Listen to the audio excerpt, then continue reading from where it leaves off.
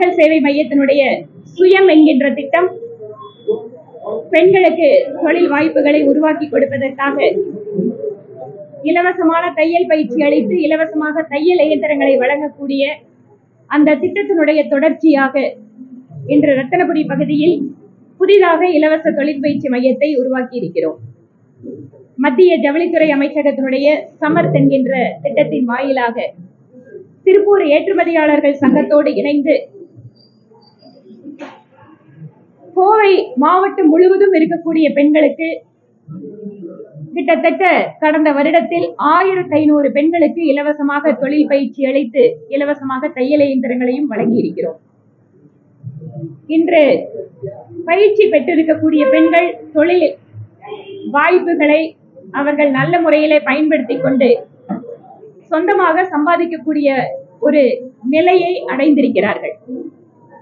இது ஒரு மிகப்பெரிய ஊக்கத்தை எங்களுக்கு கொடுத்திருக்கு. இதன் வாயிலாக இதை தொடர்ச்சியா செயல்படுத்தணும் அப்படிங்கிறதுக்காக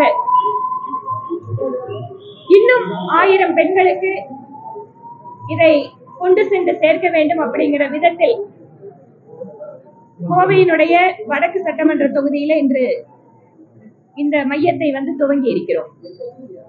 ஏற்கனவே பல்வேறு மையங்கள் மாவட்டத்தினுடைய பல்வேறு பகுதியில இயங்கிட்டு இருக்கு. கிணத்துக்கடவு, குன்னூர், வால்பாறை, பேரூர் இந்த மாதிரியான இடங்கள்ல கூட எங்களோட பயிற்சி மையங்கள் தொடர்ச்சியா நடந்துட்டு இருக்கு. பெண்கள் உயர்வு என்பதுதான் நாட்டினுடைய உயர்வு என பிரதமர் மோடி அவர்கள் தீவிரமாக நம்புகிறார். சமுதாயத்தில் பாதியாக இருக்கக்கூடிய பெண்களுடைய உயர்வு மிகப்பெரிய மாற்றங்களை அது பொருளாதார ரீதியாக மட்டுமல்ல பல்வேறு விதங்களில் நாட்டினுடைய முன்னேற்றத்திற்கு கை கொடுக்கும் என பிரதமர் மோடி அவர்களுடைய அறிவுறுத்தலை ஏற்று நாங்கள் தொடர்ச்சியாக இந்த பணியினை மேற்கொண்டு வருகிறோம். இன்று பாரதிய ஜனதா கட்சியினுடைய மாவட்ட பொதுச் செயலாளர் திரு சுதாகர் அவர்கள், துணைத் தலைவர் திரு கண்ணன் தேவராஜ், மண்டல் தலைவர் திரு அர்ஜுன் மற்றும் எங்களுடைய மற்ற நிர்வாகிகள் எல்லாம் இந்த நிகழ்விலே கலந்து கொண்டிருக்கிறார்கள்.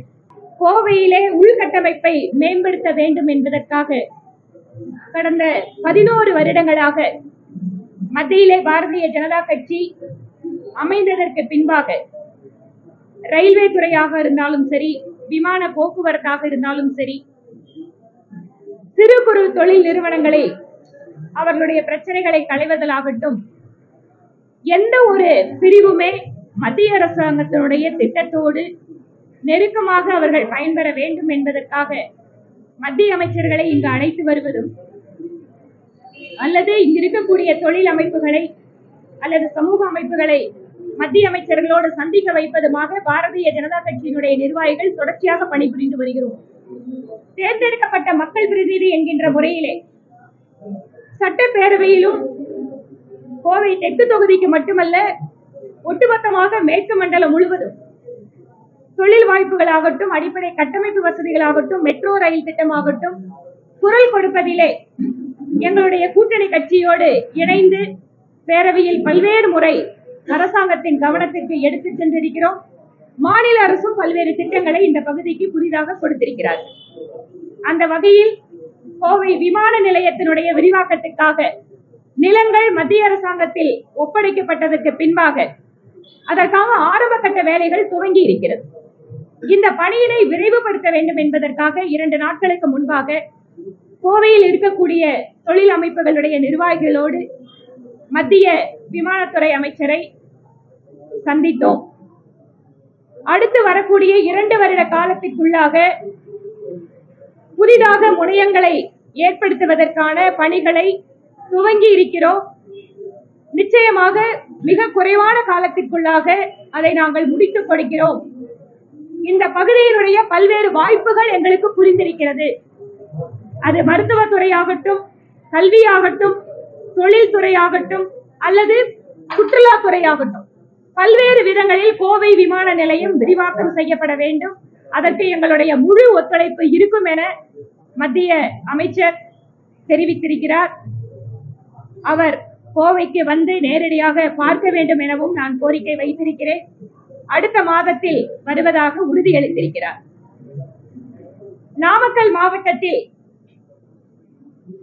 குறிப்பாக விசைத்தறி தொழிலாளர்களிடம் சிறுநீரகம் அவர்களை ஏமாற்றி லட்சக்கணக்கான ரூபாயை அவர்களுக்கு கொடுக்கிறேன் என்று சொல்லிக்கொண்டு இடைத்தரகர்களாக இருப்பவர்கள் பல்வேறு நபர்களிடம் முறைகேடு செய்திருப்பதாக தகவல்கள் வருகிறது. ஊடகங்களிலும் இதற்கான செய்திகள் வந்து கொண்டிருக்கிறது. இது பற்றி கேள்வி எழுப்புகின்ற பொழுது சுகாதாரத்துறை அமைச்சர் இது திருட்டு அல்ல, முறைகேடு அப்படிங்கிற ஒரு வார்த்தையை சொல்லியிருக்கார். திருட்டாக இருந்தாலும் முறைகேடாக இருந்தாலும் அதை தடுப்பதற்குத்தான் மாநில அரசு இருக்கிறது, பதில் சொல்வதற்கல்ல. அதிலும் இந்த மாதிரி பதில் சொல்லி மழுப்புவதற்கல்ல. ஒரு ஏழை தொழிலாளர்கள் அவர்களுக்கு ஒரு பிரச்சனையின் போது இந்த சிறுநீரகத்தை விற்பதற்கான வாய்ப்பு இருக்கிறது. அதுவும் இத்தனை வருட காலம் திமுகவினுடைய சட்டமன்ற உறுப்பினருக்கு சொந்தமான ஒரு குறிப்பிட்ட மருத்துவமனை நோக்கி இத்தனை குற்றச்சாட்டுகளும் எழுகின்றன என்றால் மாநில அரசு பாராமுகமாக இத்தனை வருடங்கள் காத்திருக்கிறார். இவர்கள் இங்கு பாராமுகமாக இருந்திருக்கிறார்கள் என்பதுதான் இதனோட அர்த்தம். ஆனால் நலம் முகாம் இதன் மூலமா நாங்க மருத்துவ வசதி செஞ்சு கொடுக்கிறேன்னு தேர்தல் வந்த உடனே மாநில அரசு ஆரம்பிச்சிருக்காங்க. இங்க கிட்டத்தட்ட கடந்த 3 வருட காலமாக நலம் என்கின்ற மருத்துவ முகாம வார வாரம் நாங்க நடத்திட்டு இருக்கோம்.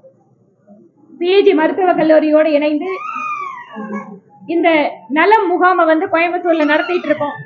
தேர்தல் வரும்போதுதான் நலத்தை பத்தி மாநில அரசுக்கு அக்கறை வந்திருக்கு. அதனால இந்த சிறுநீரக குற்றம் தொடர்பாக சம்பந்தப்பட்ட ஆட்கள் யாராக இருந்தாலும் உடனடியாக நடவடிக்கை எடுக்க வேண்டும்.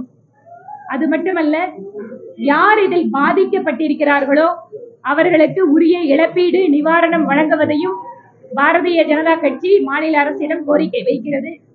இதையும் மாநிலத்தினுடைய முதல்வர் உடனடியாக கவனிக்க வேண்டும், பாதிக்கப்பட்டவர்களுக்கு உதவி செய்ய வேண்டும் எனவும் கேட்டுக்கொள்கிறோம். எந்தெந்த பகுதிகளில் யார் குற்ற செயல்கள் செய்தாலும் மதமோ இனமோ மொழியோ ஒரு தடையாக இருக்கக்கூடாது.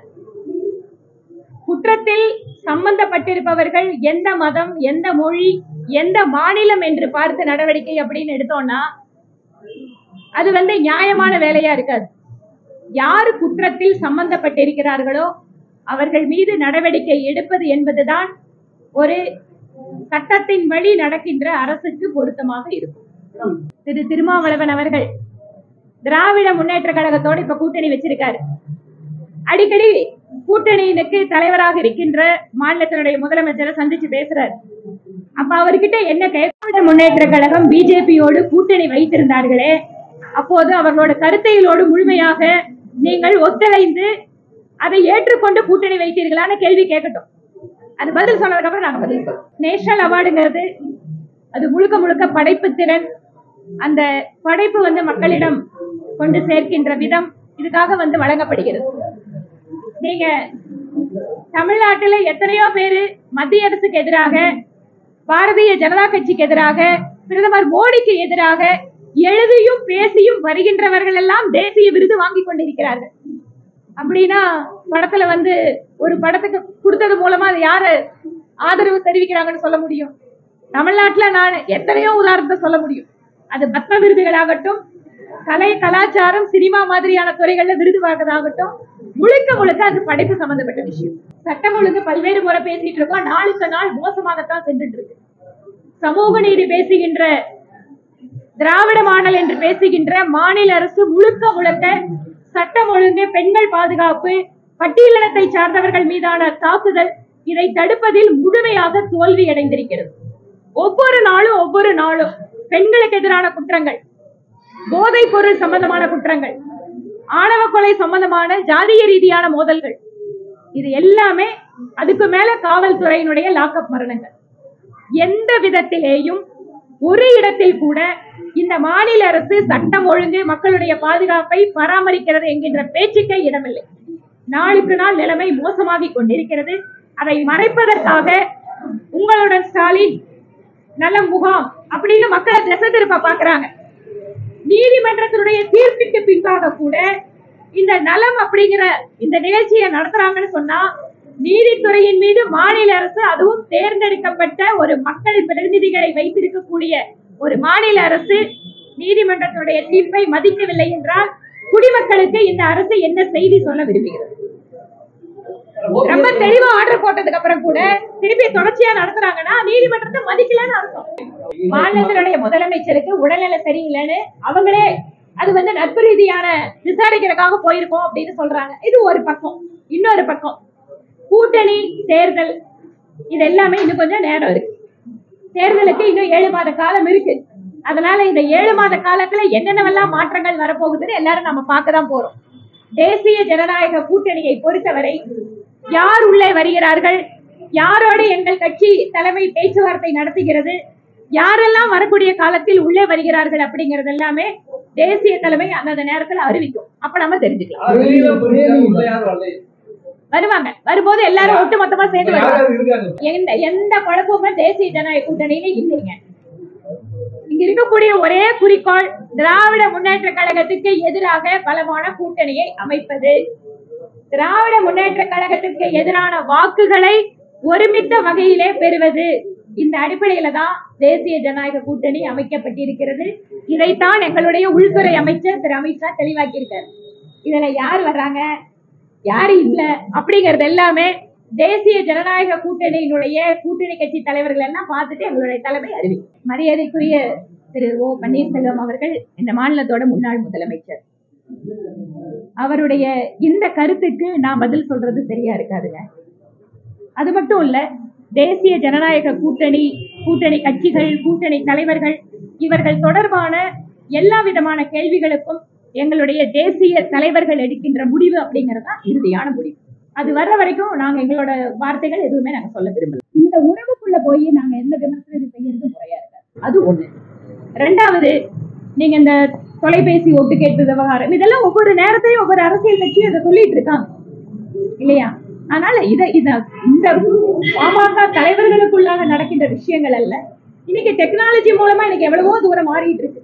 அதனால இதெல்லாம் இருக்கக்கூடிய ஒரு பிரச்சனை. இது பொதுவெளியில் இருக்கக்கூடிய பிரச்சனை தான். அது தேர்தல் கமிஷன் யாரை வாக்காளராக சேர்க்க வேண்டும் அப்படிங்கிறது விதிமுறைகள் வச்சிருக்காங்க. இப்போ டெல்லியில லட்சக்கணக்கான தமிழர்கள் இருக்காங்க, மும்பையில இருக்காங்க. மும்பையில தமிழ்நாட்டை புதுக்கோட்டையை சார்ந்த ஒருவர் எம்எல்ஏவே இருக்காரு. நீங்க வாக்காளர் இல்லைங்க. மகாராஷ்டிரத்துல ஒரு தமிழர் எம்எல்ஏவாக, பிஜேபி எம்எல்ஏவாக இருக்கிறார். எல்லா இடங்கள்லயும் இந்தியா முழுக்க யாரு எந்த மாநிலத்தை சார்ந்தவர் மொழி பேசுகிறார் அப்படின்னு வாக்குரிமை அல்ல.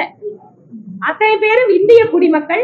வாக்குரிமை அளிக்கிறதுக்கு குறிப்பிட்ட வருஷம் ஒரு இடத்துல வசிக்கணும், இத்தனை வயசு ஆயிருக்கணும். இப்படிதான் நம்மள சட்டத்துல தேர்தல் கமிஷன் வச்சிருக்கே தவிர இந்த மொழி பேசுறவங்க அந்த மாநிலத்துக்கு போனா வாக்கு கொடுக்க கூடாதுன்னு சொல்லலைங்க.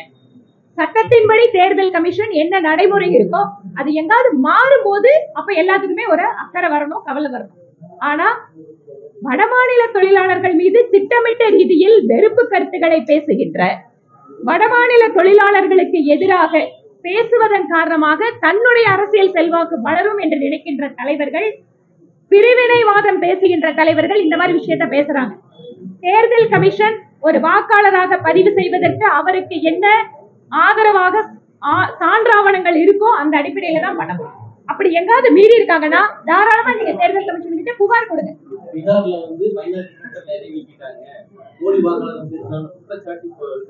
குற்றச்சாட்டு தாங்க. நானும் உங்களுக்கு சொல்றேன் இதே பீகார் பத்தி நானே நேர்ல போய் கூட பார்த்து பேசிட்டு வந்திருக்கோம். அதனால பீகார்ல யாருக்கு அந்த மாதிரி சான்றாவணங்கள் இல்லாமல் அல்லது சான்றாவணங்கள் இருந்து எங்க பேரை விட்டுருக்காங்கன்னா அவங்களுக்கு அப்பீல் பர்மிஷன் கொடுத்திருக்காங்க. யாரெல்லாம் அவங்க கிட்ட உண்மையான ஆவணங்கள் இருக்கோ யாரும் வாக்காளர்ல இருந்து எடுக்க மாட்டாங்க. அப்படி எடுத்தா அவங்க உடனடியா அந்த மாவட்டத்தோட அதிகாரி பார்த்து உடனே கொடுத்து சேர்த்துக்கலாம். நம்மளுக்கு நம்ம ஊர்ல இருக்கிற நடைமுறை தாங்க அங்கே இருக்கு. ரொம்ப நன்றிங்க தம்பி. நீங்க 1500 பேருக்கு புது மிஷன் கொடுக்கறத 2 கண்ணுல தானே பாத்தீங்க, புரியுதுங்களா? அதனால புது மிஷன் எல்லாத்துக்கும் கொடுக்கறோம். டெக்னாலஜி டெவலப் பண்றது அவங்களுக்கு அடிப்படையில இருந்து ஆரம்பிக்கணும் இல்லையா? 1வது படிச்சுட்டாம்பா 10வது போக முடியும். எடுத்தோன்னே நான் டிகிரி கொடுங்க, எப்படிப்பா கொடுக்கறது?